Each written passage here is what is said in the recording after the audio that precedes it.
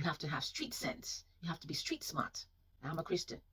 I don't want no kind of brother around me. I want to marry a God-fearing man. I want to date a God-fearing man.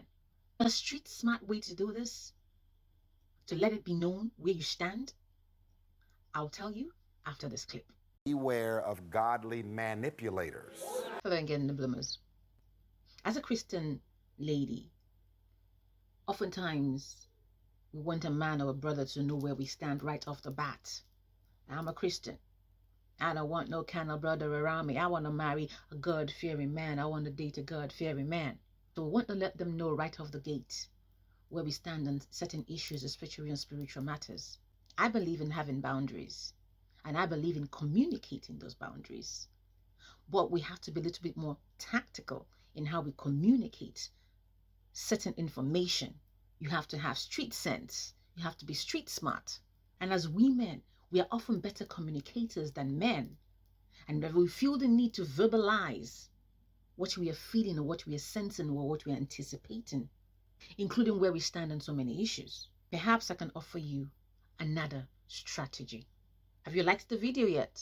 You should stop and like the video. And while you're at it, subscribe and share and leave me your comments. If that man has malicious intent, then he's going to meet you where you are so that he could see that he gets whatever he's after.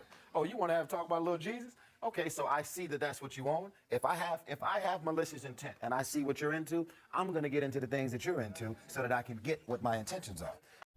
Now, it's important that people feel free around you so that they can show you their unfiltered, authentic self.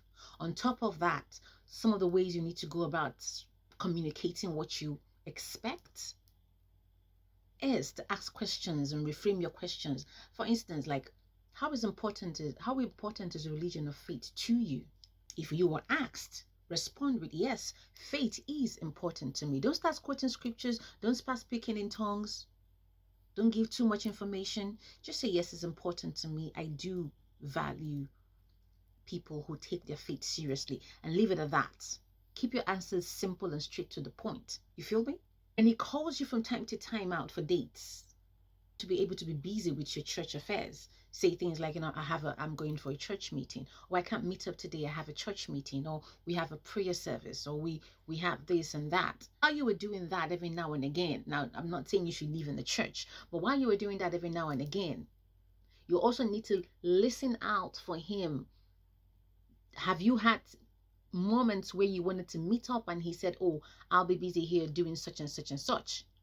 In the church as well, you need to listen out for those times too from their end.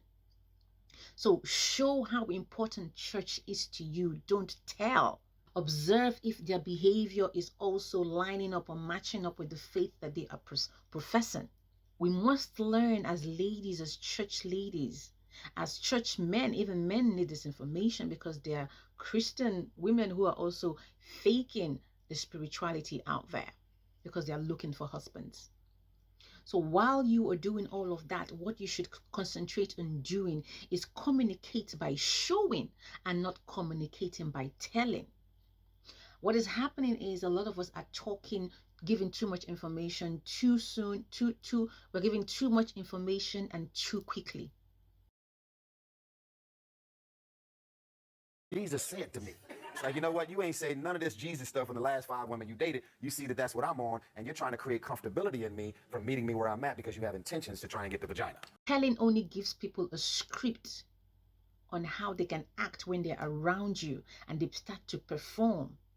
Because if they value their faith, it will show in their lifestyle. Watch out for spiritual manipulators. Be wise.